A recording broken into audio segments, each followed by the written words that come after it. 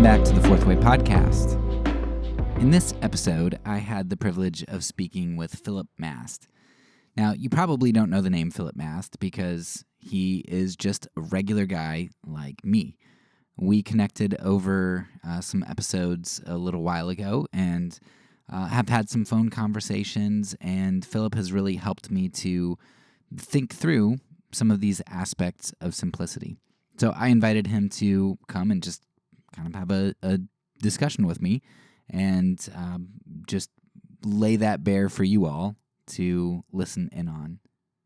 Like a lot of this season, I don't think we really answer a whole lot of questions, and in fact, we probably end the episode with more questions than we went in with because there's a lot of ambiguity and difficulty in following Jesus and in implementing wisdom.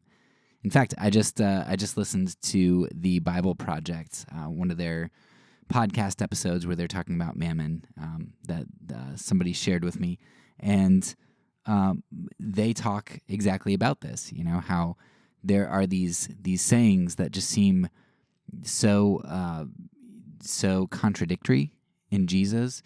You know, where he's like, you have to hate your mother and brother and all that, but then there are these other times where Jesus critiques the Pharisees because they're not taking care of their parents, you know, when they're supposed to. They're figuring out other ways to use their money. And you're like, well, what is it, Jesus? Like, is it this way or is it that way? So they talk about how a lot of these very black and white statements, like go sell all of your possessions, a lot of times we think that means there is no nuance in the New Testament. There's no nuance in Jesus or in the Bible. When really, the fact that there are these antithetical statements shows that there is extreme nuance. You know, Jesus says these things that seem contradictory, and the point isn't that they're contradictory.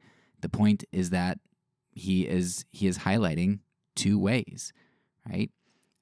You should be able to leave your father and mother and brother and sister and follow Jesus. At the same time, there are contexts in which what is love and what is good is to stay and take care of your mother and brother and sister and father, right? And so the answer isn't this clear delineation, but rather the answer is wisdom to know what to do in situations. So I'll go ahead and link that Bible Project episode in the show notes, but that's kind of what you're going to get today with Phillip and I. It's just two guys talking about some stuff, saying a lot of thinking about answers that never come to us, and just mulling things over and working things out. So maybe that's not up your alley, and that's fine. But if it is, you can join in, and hopefully it helps to feed your soul. Yeah, so my name is Phillip Mast. I live here in Lancaster County, Pennsylvania.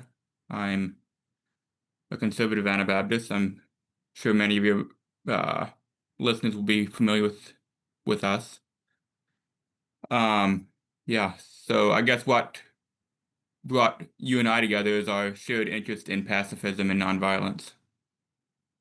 Yeah, so when you say conservative Anabaptist, because I know that, you know, when I think of that in my head, because I grew up, you know, in Lebanon, so right near Lancaster County as well, I had ideas of what that might have meant, like conservative Anabaptist. But as we were talking and you talked about some of the, you know, different theological points, I'm like, oh, I would have never thought that as being conservative Anabaptist.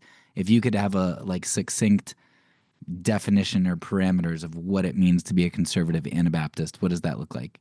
Yeah, I'm not sure that there's a real good agreement on what the parameters would be, but I think generally it's understood.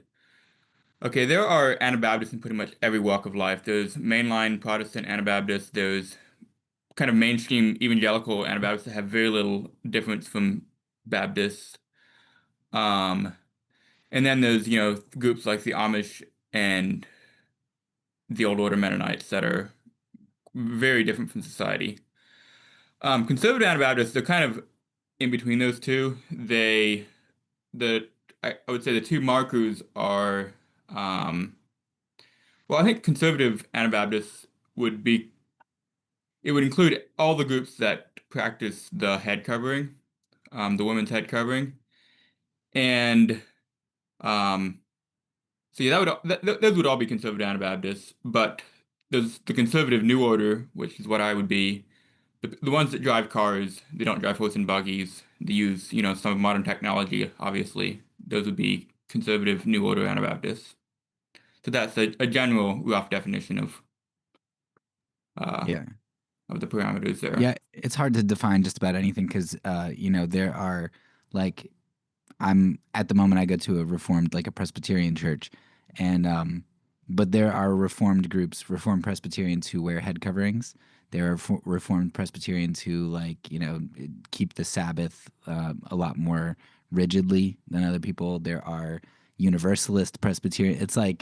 It's almost like sometimes definitions don't really have too much meaning because you end up fracturing even within those denominations. So, but yeah, that's helpful.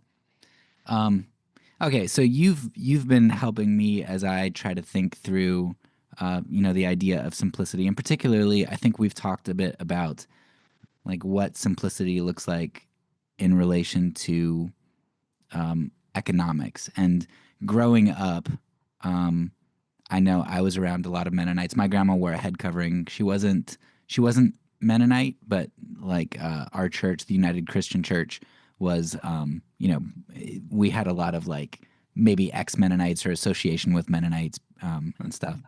And so they were very well known for being pretty frugal with their money. And so that's just kind of a stereotype that I think about them. So you've been helping me uh, think through what it looks like, and you've given me some pushback too, which has been really helpful. So I want to kind of start off by asking you to help us think through the issue of money by asking, Jesus says a lot of really hard things. And some of the hardest things I think he says about money, like I think about the rich young ruler, it says, give up all your possessions and give them to the poor, right? And follow me. He says you can't serve God and mammon. And a lot of times, Anabaptists will take the pacifism route seriously. Like Jesus says, turn the other cheek, I turn the other cheek. But when it comes to money, a lot of us, I think it's harder for us to give up money than it is to be nonviolent in some ways. It's easier not to punch somebody back. It's harder to give up my money. What would you say Jesus means with these teachings on money? What does it mean to live simply in relation to money? Does it mean that everybody has to give up all of their money, give it to the poor? Like, what does that look like? Yeah. So, like you said, it's something that yeah, it's not quite as well defined. We can come up with a basic idea of what it means to be nonviolent, but what it means to follow Jesus on money is it's always going to be hard to define. Um, And why is that? Like, it seems like Jesus talked more about money, so why do you think it's harder to define? sure. So like with the issue of violence, I would I think pretty much everybody agrees what violence is. I mean, there might be a few gray areas where it's okay to argue and use verbal accusations against somebody, whether that's violence. But okay, for the most part, we understand that attempting to hurt somebody, that's violence. Um, with money, well, if we would just take it all the way and just do without money, then yeah, that would be a clear place to draw a line. But since it doesn't appear that's what Jesus was saying, or at least that's not how Christians have lived in the past. It's not a practical way to live. We have to find a different place to draw the line than just in the absolute sense. And so, because of that, it's just going to be difficult um, to define exactly where the line is. It's the same issue of people. The philosophical question that gets asked is it's called the fallacy of the beard. How many whiskers does it take to make a beard? It's one of those things that we might have a good idea of what it means in our head, but you can't just spell it out in so many words. So then, like, you'd say there is no line in terms of relationship to money. It's not really a clearly defined thing. So then, what are maybe some principles that Sure. might help to guide us? Right. Yeah, that is a good question. Um, One principle I use is um, Jesus doesn't bring this principle out when he talks about money that I know of, but he does use it when he's talking about nonviolence. Um, he says, "If you love those who love you, what reward do you have? Because even the unbelievers do the same." If you salute your brothers only, well, what are you doing different? So I think that's a good starting point, at least with Jesus' teachings on money. Is what are you doing that your unbelieving neighbors wouldn't do? Um, Hopefully, it goes beyond that, but like that's maybe a good starting point to just say, hey, are you? Does it really mean anything at all? Are you just, you know, applying Jesus' teachings in the way that makes practical sense, like an unbeliever would do? Um, So so that's yeah, a good starting point. We should at least, Christians should be known for giving and I believe living in voluntary poverty more than what is considered normal. That's a good starting point. There are several things that are um, we have to work with when we're trying to live frugally. I've heard the principle of what's called the lifestyle ratchet, where there are certain things like, air conditioning that we didn't have 20 years ago, or it's more than 20 years, 50 years ago, and now it's considered a necessity. You could just decide, I'm not going to have air conditioning, but if you do, there's going to be social pressures. Your children will feel that they're being cheated if you don't have air conditioning, which I'm just using this as a hypothetical. It's not a hill to die on, I don't think. So in a case like that, there's going to be social pressures, and it's going to be hard to do it on your own. And for a case like that, I think that is where it comes in helpful to have a social group, your own church or your own tradition, whatnot, that does it on a community level instead of just on the individual level. Um, yeah, and I guess that maybe that kind of correlates with, I think it's Paul, he kind of has the undue offense principle, where it's kind of like, hey, the gospel's hard enough as it is. Like, we don't have to bend over backwards to make it more difficult and like make up all these rules and right, stuff. So, um, you know, air conditioning is probably an amoral thing. Like, it's not right or wrong in and of itself. So unless there's some standard that, like, unless there's something that clues you into some immorality associated with it, then, like, if that's kind of part of the culture, then maybe that's not such a bad thing. Maybe it would be undue offense to be like, hey, you know what? Because we're Christians, we're just not gonna do air conditioning as kind of like a, this thing that we pat ourselves on the back to do, to just because we're opposed to culture. right. Um, yeah, you wouldn't want to do it just because you're opposed to culture. Um, like I said, air conditioning is not an example that I would use. I do think that, like I said, if you're going to practice, um, if you're going to practice voluntary poverty, it is good to have actual things that you do different from the rest of society. Not that I don't think it should be really well defined. There are actually some Anabaptist churches that do define exactly how it's supposed to look like and exactly how much you're allowed to spend on a car and stuff like that. That's not normal.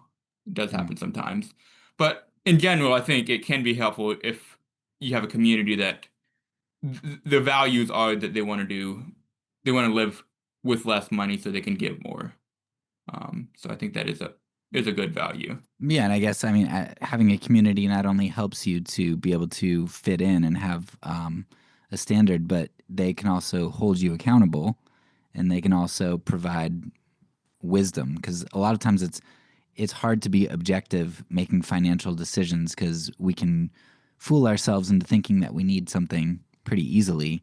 But when you've got a bunch of other people who are in solidarity with you, holding you accountable and also speaking truth, that it makes it you know easier to be truly objective and rather than just self-interested.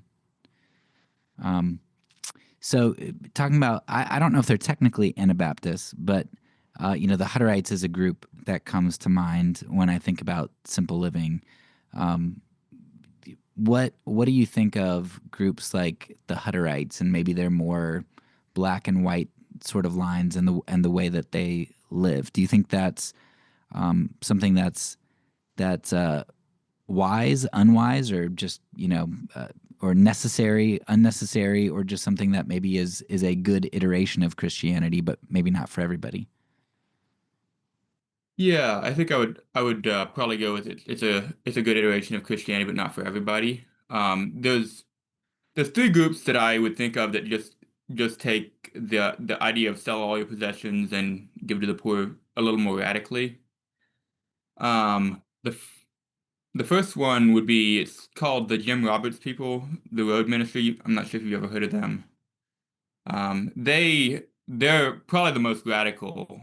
They Yeah, they just sell all that they have. They live on the streets. They go wandering around, hitchhiking places. Um, I think maybe they do have some possessions sometimes, but yeah, they are kind of almost, in some cases, they are literally homeless, just homeless, going around preaching the gospel, and that's the way they live life. Um, so that would be one group. Another group would be the Buderhof and the Hutterites. They're both very similar groups. Um, I visited a Buderhof colony, and I was fairly impressed with what they have. Like in some, okay, so one criticism people have of the Hutterites is that yeah, they do give away all the stuff to the community, but the thing is, then the community just is wealthy, and they in some cases live a fairly lavish lifestyle. Um, I, when I visited the Budenhof, it did strike me that these guys are really trying to live simply, at least in their home furnishings. I mean, the Budenhof grounds is sort of like a park, and it's good kept up landscape outside, but as far as their personal furnishings inside the house, it was they did seem to have a concept of voluntary poverty there. So yeah, I think um for me that is something I value. I think there's value in it. There's certainly detriments as well, but So um one of the things that's maybe hard for some people um, is that I think when we say things like, yeah, that's okay for some people, but it's not for everybody. I think there's a fear of like moral relativism that people have, because it's like, well, if Jesus said to give up your possessions, you should give up your possessions, and if he didn't, then you shouldn't make it something that's revered. Like, why? Like, is that moral relativism, or what does it mean that yeah, some people should do it, some people can do it, and other people don't have to? yeah. Um I don't think yeah, that's maybe we'd have to think about that a little more to give a real good answer to that. I Yes. guess Sorry, I didn't write that one down. That just kind of came to me. we yeah. No, that's a good question. Um So first off, I think we have to be honest. There's a lot of things we don't know. We're just, in some ways we're humans wandering around trying to find truth, and um, maybe one of these groups I mentioned is objectively better than the rest, and it's just that we don't know it. And because of that, I think both of us would advocate you be gracious if somebody else wants to sell everything they have and go on a move it, even though it's not going to be something that you believe you should do. Um, I guess secondly, there are fundamentally different concepts of what a church is supposed to do. Um, there are some people like, um, let's say the Catholics, they have the idea that it's okay for a person to join himself to a certain monastic order and just live by those rules, even though it's different than what other people are doing.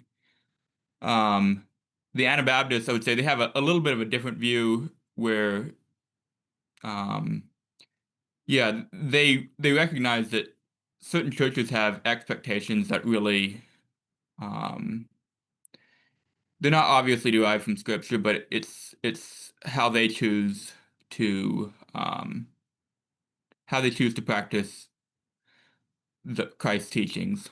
So then I think it's more common among, especially fundamentalists, but also a lot of evangelicals. They have the idea that the church it's just supposed to be the basic t teaching of Christ's commands and not going or teaching based on the Bible and not going anything beyond that. So yeah, I'm not sure how much to go into that. Yeah. I think there are fundamental different opinions on what the church is supposed to do there. Yeah. Yeah, I guess as you were talking, it reminded me of like Paul saying, this command is not from the Lord, it's from me, or it's not a commandment from me. It's just, I wish that you could all be like I am, single, right? Mhm. Not married. And so he's like, this is a good thing, but it's not a necessary thing. God equips people differently to represent Him in different ways, and so it yeah, I guess there are there are a variety of instantiations of what it looks like to live like Christ. Um, we just all want those solid parameters for it. It seems, and so yeah, it seems like the Bruderhof and the Hutterites and all them, they have some beautiful instantiations of one aspect of what it looks like to live simply in Christianity. Um, I think the hard part there is that's an easy out for me because I'm like, yeah. That's a beautiful instantiation of Christianity, but God didn't equip me to do that, so I don't have to give up my stuff. So, how do you? What are some indications if God doesn't call us all to be in those types of communities? What would be an indication or some indications that maybe we're walking away from kingdom territory? If the kingdom is a big kingdom, and there's a lot of land, but you can still leave the territory. Like, what are some indications that you're outside of the parameters of what it looks like to be living simply in the kingdom? Yeah. So I mentioned the principle of what are you doing more than others? So that would be one. Aside from that, um, yeah, there are things that you could look at. I guess, um, I guess the simple answer would be you just think about what you are doing, think about why you're doing it, and think about is it something that we could just as well do without? Could we could we serve Jesus better by living a more simple lifestyle, both in um, both in our time usage and in our money usage. Um, Yeah. So speaking of that, this was, I think, one of the biggest things that we had talked about last time. When you think about the way that you use money, you can look at it in two ways. So we'll address both of those. You can look at it in terms of how you help people, and you can look at it in terms of how you do harm to other people. So we'll end on the how you help people because I think that's the area that you've maybe done the most thinking and reading about. Um, so like in terms of harming people, though, one of the discussion points that we had is as we talked about how we think through using our money. We talked about, like, should you buy things like fair trade products, or should mhm. you buy locally? Do you think globalism is good? What about slave labor from other countries that's tied to the clothing that you buy? Are there any, what do you think about those sorts of principles in terms of trying not to do harm through the spending of our money? Do you think that those are good things, like boycotting sweatshop labor products or buying fair trade? Like, what do you think about that type of stuff and trying to not do harm? Yeah, that's a hard question. Um, I think it can. I support the concept of trying to trying to help the poor through your buying habits. I'm a little skeptical sometimes that the consumer activism things that come up, such as fair trade, really are doing what they're supposed to. Um, so to get into the fair trade thing a little bit, I, I'm by no means an expert on it, but from some things I've read is that um, it's a little bit expensive to get certified as for fair trade, and so because of that, it's generally the slightly more we call it slightly more wealthy. The not as poor countries are the ones where growers are doing that. Um, and then, they can sell the stuff for more expensive, but then um, they have to keep up with the paperwork of staying certified. It's more complications. They have a smaller market to sell to. Maybe they don't end up selling all this stuff fair trade. And um, also sometimes the fair trade organization does not keep up with the changing inflation or just the fluctuations in the coffee prices, whatnot. So that is some things I've read have been a problem with fair trade. I don't know enough to say if that is enough to not do fair trade. One thing I'll mention is there's also direct trade where some people will just buy their coffee beans directly from growers themselves. Or basically they set up small co-ops to be the importers instead of relying on a corporation to import coffee beans. Um, so that's an alternative that I don't know. From the little bit I know, is maybe something I would be more prone to. Um, but yeah, could you maybe repeat the question of? Yeah, yeah. So that's, I mean, maybe the fair trade aspect, but then there's also the like, if you find out that a product that you normally buy, like let's say some shoes or clothes, is made in a sweatshop, um, or uses that kind of labor, or maybe we'd consider exploitative because they pay their workers extremely low wages. Do you think boycotting, like refusing to do harm, like is that really truly refusing to do harm by not buying those sorts of products? Is that a good action? Is that Hmm, the type of thing? okay. One aspect of what it would look like to live simply is I'm going to buy the more expensive shoes that are not made in, I don't know, China, Vietnam, wherever, in a place that I know that they're exploiting people. Yeah, that's a good question. Um, yeah, I think it would depend on the situation. That's not something I have personally done. Um, I don't know. I think for me, I guess I would find it too hard to know all the causes and effects of what I'm doing. Um, and partly because maybe it's just not something that's been on my radar. Maybe it should be. But the thing is, I guess my concern would be is if you are boycotting labor in China because it's too exploitative, well, then you're going to buy from Japan where, the people already have enough, the people are already better off, and it would become affirmative action for the rich, is what I would call it. Instead of maybe if enough people buy from China, then there will be demand for workers, and they'll have to start paying the workers more in order to get workers. Hopefully that's the way capitalism is supposed to work. But yeah, obviously Right. it doesn't always. Yeah, there's a lot of supposed tos in capitalism that don't seem to work out that way. Um, yeah, that's maybe one of the hardest things for me too, because yeah, like you said, okay, so you don't buy from China, now you buy from somebody who it takes a lot more money to start up fair trade types of things, or businesses that don't exploit labor. So those people probably had more capital to begin with, more connections, more social connections, more investors.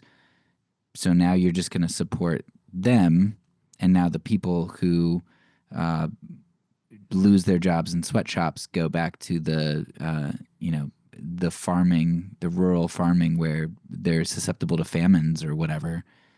Like, is that really any better for them? But at the same time, if they're being exploited, am I complicit if I participate in that knowingly? And you brought up another thing. You said, like, how do we know all the causes and effects? And I think that's maybe one of the hardest things in a global society is I can get products from China, but I can also get news from China. Like, I can know what's going on there. Hmm. And in some ways it's like, yeah, I don't want to play God by thinking that I have to overanalyze every action that I do because I can't control everything. I can't think everything. Like, I'm not omniscient. I'm not omnipotent. I can't do that. But at the same time, if I can go to the store and I can look at two things and I can look at prices and I could just as easily get on my phone and just look up. There are tons of places that will give you a rating of, is this exploitative or not? Like, it's super easy to find out. So if it affects my pocketbook, I'll look it up. I'll research where's the best place to buy these shoes or what shoes are going to last and what shoe. Like, I'll spend a bunch of time researching things to save me money, but I won't spend time researching to avoid exploitation. And so that's where it feels hard. I don't feel like I'm playing God by saying I should be responsible for thinking of those people because the access to thinking about them is very easy. Right. I don't Yeah, know. I definitely wouldn't call it playing God. Um, yeah, I guess my only concern is that I I believe it's very commonly said that sometimes helping hurts, and sometimes I think that that type of helping is maybe one of the more likely ones to hurt. Although I agree it can be a benefit and if it's done right. Yeah, I don't think last time we talked about this, I don't think we came to a resolution either. It's a very very difficult thing to think about for sure. Definitely. Okay, so I think the last thing that I'd like to pick your brain on is is instead of the refusing to do harm or trying to avoid harm, like thinking about altruism and trying to help people with our money. Peter Singer, not totally not a Christian, like a philosopher, ethicist, who is known for having some pretty wild ideas, at least that Christians don't like. One thing I appreciate about him is that he's extremely consistent. And so one of the thought experiments that he had talked about was, he asked this question about there's this kid drowning in this shallow pond. Like, let's say it's 3 feet deep, so you can stand up in there easy, right? But this little kid's drowning. You're walking by, lots of people are just looking at the kid. You can swim, so even if it was deeper, you'd be fine. But it's 3 feet. Would you be immoral for just walking by and letting the kid drown? And of course, everybody is like, well, of course, that's immoral. Like, if you can save him and you're right there, save him. Well, then Singer applies this to finances, right? There are people that are homeless in pretty much everybody's local community. There are people who Mhm. need money for food or shelter. And certainly because of that, because we're in a global economy, very easily, with a push of a button, I could send money anywhere in the globe. I could get food for pretty much anybody. Maybe not in Papua New Guinea, like in the middle of the rainforest and the Amazon, whatever, but I can get resources to people very fast all Yeah. across the globe. The one detail I remember from that Peter Singer's shoes thing, didn't he say that the isn't part of the framework that the shoes cost $3,000 and you're gonna ruin them by wading into the puddle? So I Um, guess the concept in there is that it takes $3,000 to save a life. mm, I think that's how he was framing it. yeah, it very well could be. So yeah, there's some cost to you, right? Whether that's time or resources, like ruining your shoes. But I mean, that's the question. if we'd all say that we ought to save the drowning kid because we have access to that kid, we have immediate access to them to help them and save them. Uh, I don't know what those commercials are like. For $5, you can provide a meal for 1 week for this kid in, I don't know, Ethiopia. Um, like we could all save a life for at least a day, right? Hmm. One day. There we have immediate access to people who are drowning, starving, whatever. What like can you help me think through what simplicity and altruism looks like if you're talking about helping others, not hurting others? Um, what is our obligation there, and what would simplicity look like for the Christian to live not above our means, to live in a way that's going to seek the good of others? Yeah. Um, yeah, to start off with, um, so like you said that you talked about it being a moral duty. I think that's very much in Jesus' teaching that it's a moral duty to help those in need. In Matthew 25, I think it's pretty clear that it's a salvation issue to help the least of these, my brethren, which I think is referring to poor Christians, but um, yeah, obviously helping anyone is important. Um, so like what does it look like to be altruistic and to try to live a life of altruism? Um, yeah, so there's many ways of looking at it. You mentioned Peter Singer, and he's what you call a utilitarian. And there's the effective altruism movement, which is based on a it's based on a utilitarianism. I'm somewhat familiar with it, even though it's a secular movement, so I wouldn't want to be a part of it. But they try to be very scientific about understanding. Um, I think they call it applying the scientific method to altruism, where they have try to have a metric of how much good they're doing. They have a metric of helping people, um, and they try to use scientific studies to observe what their efforts are doing.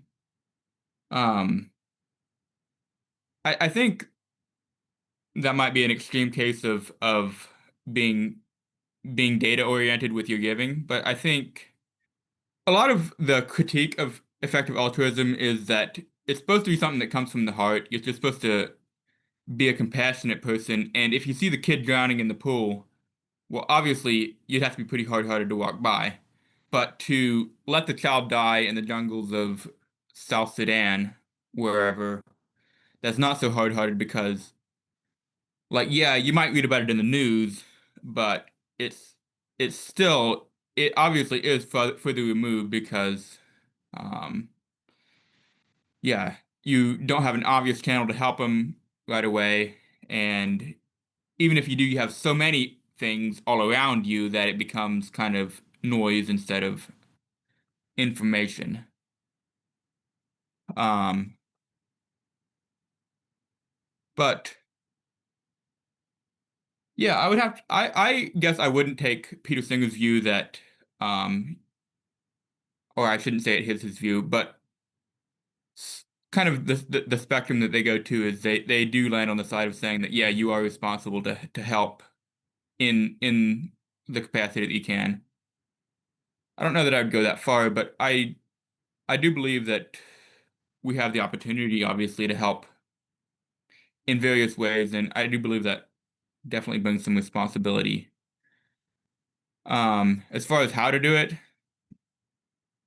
yeah, I think probably the method I use more is I try to, um, one thing I have done is I have gone to conferences where nonprofits kind of have an exposition expo and show what they're doing across the world, and I can talk to them. I can engage with the leaders of these nonprofits, and I can decide which one is doing the best work. Obviously, I'm gonna get it wrong sometimes, but we have to choose something, obviously, or else we'll end up doing nothing, which I think is too often what happens is we end up doing nothing because we don't know what to do. Yeah, for sure. Yeah, it's yeah, and I totally agree with you that the utilitarian argument of like just assessing by what does the greatest good, it seems like there comes a point where you do try to play God in a sense where you take on the responsibility of being omniscient, of knowing everything, and um, I think there's just not freedom in that, and I don't think generosity. I think generosity should be freeing. It shouldn't be something that like we fret about getting wrong. Like if you're giving your money away to something that God lays on your heart to a need, like that's a good thing.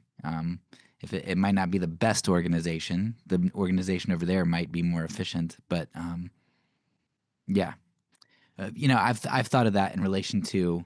I remember vividly. I was I was in Romania. We were eating we were eating at a restaurant, and we met this other American family that was there. And I forget what they were doing, but they like talked about how they, I don't know, like ran some animal shelter or something. And I'm sitting there eating this burger that I spent a bunch of money on, and I'm like, man, what a waste of money that these people are like helping animals, you know? And I'm thinking to myself, like, I like animals and everything, but think about all of the human lives that you could save if we stopped helping animals. If we stopped spending all this money. Or when I go into Target, and it still kills me. Like I feel like it's wrong that there's all this like organic refrigerated dog food. And I'm like, I have two cats. We spend, I don't know what it is, like $50 in cat food or litter and stuff. I don't know how much, but we spend money on animals. And I'm like, what a waste. Like I could be doing something better than helping animals. But at the same time, I think God is the God of all creation. He created all things.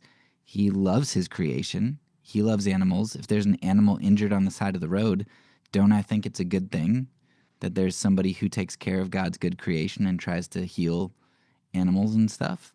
Like, that's a good thing. Am I going to say that we should be as efficient as we possibly can and save, you know, uh, send all of our money everywhere across the globe and try to save every human being? Like, I don't know. I struggle with that. And sorry, I was rambling there, but does any of that like make sense? That kind of that difficulty within me, did that make any sense?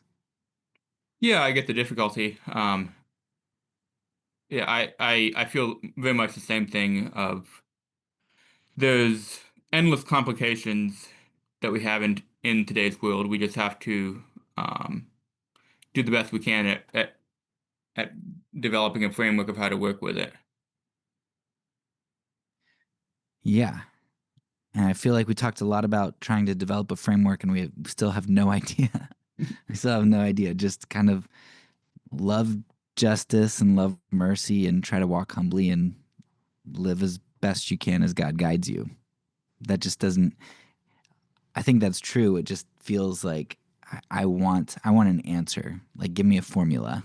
Yeah. One thing I might mention that I've also thought a lot about, I guess just gonna raise a question here instead of giving an answer. You're Um, not allowed to do that. I haven't thought through it. yeah, you invited me on here, so I'll just go ahead and do it. Um, like the issue of gaining wealth for yourself in order to give. The way I'm living life now, I can give. I live frugally, but at the same time, if I would gain up wealth, start my own business, and try to, or maybe buy properties to rent out, just, amassing capital, I would, maybe I would just do that my whole life and never give. But there's a possibility that I would be able to reach the level of a super giver. I give to some organizations. Some of them are pretty big, but none of them are anywhere close to the Bill and Melinda Gates Foundation. Because the unfortunate truth is that most of the world's giving is done by super givers. Um, so, you know, that's something I've had to think about is how much should I focus on trying to come up with a pragmatic way of gaining wealth so that I can give, and how much do I just focus on the here and now and just giving what I can? I do think Jesus speaks to some of that with when he talked about the poor widow that threw in her two mites. He seems to be on the side of just give what you can. And not building barns for your stuff. That's correct. Yeah. Maybe he would have been different if the man would have said, "I'm going to build barns so I can give it to the poor when it's Right. wintertime." I don't build a barn. I'm just building a shed. Yeah. Um, yeah. No. So, as far as the super givers go, I think the hard part about that is okay. So, what if Jeff Bezos gives away, or what was the guy's name? Walton, the owner of Walmart. So, what if he gives away like $1 billion? Not only is that a minuscule amount compared to what he has, but it's also um, the things that some of them do. Pretty much like all riches come from injustice, right? That's a I forget a quote from Cyril Clement. I don't know, but when you have that much wealth, you didn't get it without injustice. And so, like, I know you're not talking about being like Jeff Bezos or anything. Like, maybe you're talking about millions of dollars or hundreds of thousands. Right. Um, but in my just from what I've read from the early church, from other people, and my own experience, I think it's really easy to become utilitarian consequentialist to justify. I think you become very blinded. Just a just one example from my life, not of us becoming rich, but when we were itinerating to do missions work, um, there's a thought process that goes through your mind. It's like, okay, I have to raise X amount of dollars to go to the mission field. So, what churches do you naturally want to look at? You want to look at the wealthy churches, right? You're like, okay, here's this church in our denomination. Oh, there's this little church. They got like 30 people in Alabama. Nah, I'm not going to ask if they want us to come there, right? You've got this tendency to be like, nope, I'm going to pass over them because they don't have money to give me. Mm. It's like, well, but shouldn't the gospel go there? Like, shouldn't they get to hear? Shouldn't that church of 30 people get to hear about the kingdom of God at work in Romania or in China or wherever you are? And so we made a not a vow, but we decided we're like, look, we're gonna cast our net wide. We're gonna contact every church. I think we contacted every church east of the Mississippi, and we're like, if they say we can come, we're gonna go. And it costs resources to go, right? Because you have to gas money, hotels, whatever, it costs you money to go. But we decided that we were gonna go to any church. That's a hard decision though, because it costs us resources and it costs us time, it costs us effort to go to a group of 30 people. But um but we did, and I'll tell you, like, that church in Alabama and there's a little church down here in Georgia. It was just so beautiful, the relationships that we were able to make. And the big churches, they gave us money, but like the times that we had there were just very different. I think there's that tendency when we talk about if I just make more money, I can do more good. And you're assuming that the money does the good and not just not you are assuming this, but like I think we as people assume that it's the money that does good when there's a whole lot of relational aspect that goes into it too. It's not just the money, but also we're assuming that we're not going to be corrupted by it. Like, I just need to make a little bit more so I can do good. There's not much difference between that. Like, I need to make a little bit more so I'm safe, and I need to make a little bit more so I can do more good. Like, you still end up justifying evils and making the same compromises just for slightly different reasons. That's my opinion, anyway.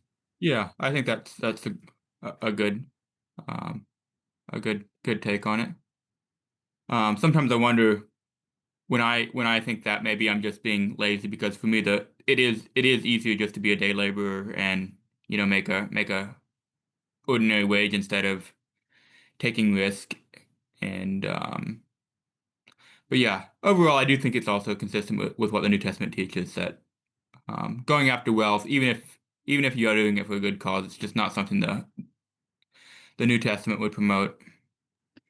Yeah, it seems like if it happens and God blesses you, and there are lots of stories of that throughout history of just like people who are just living faithfully and their business or whatever, like they just keep getting blessed and they give, and that's great if God provides that. But I don't think it's something that you have to really seek hard after, personally. But maybe like the Hutterites, maybe God does call some people to that.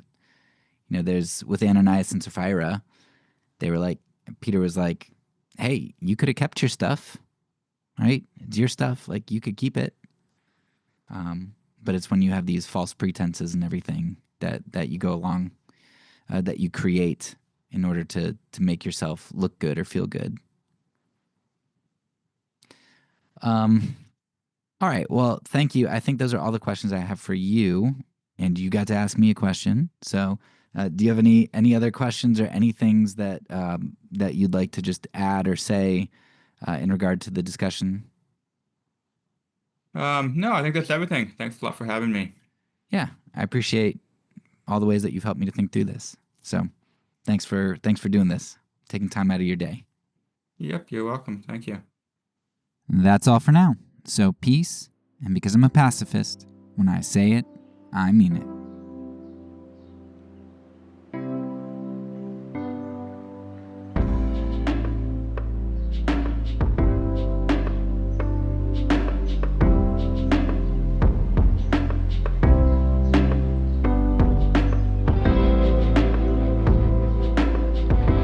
This podcast is a part of the Kingdom Outpost Network. Please check out the links below to find other great podcasts and content related to nonviolence and kingdom living.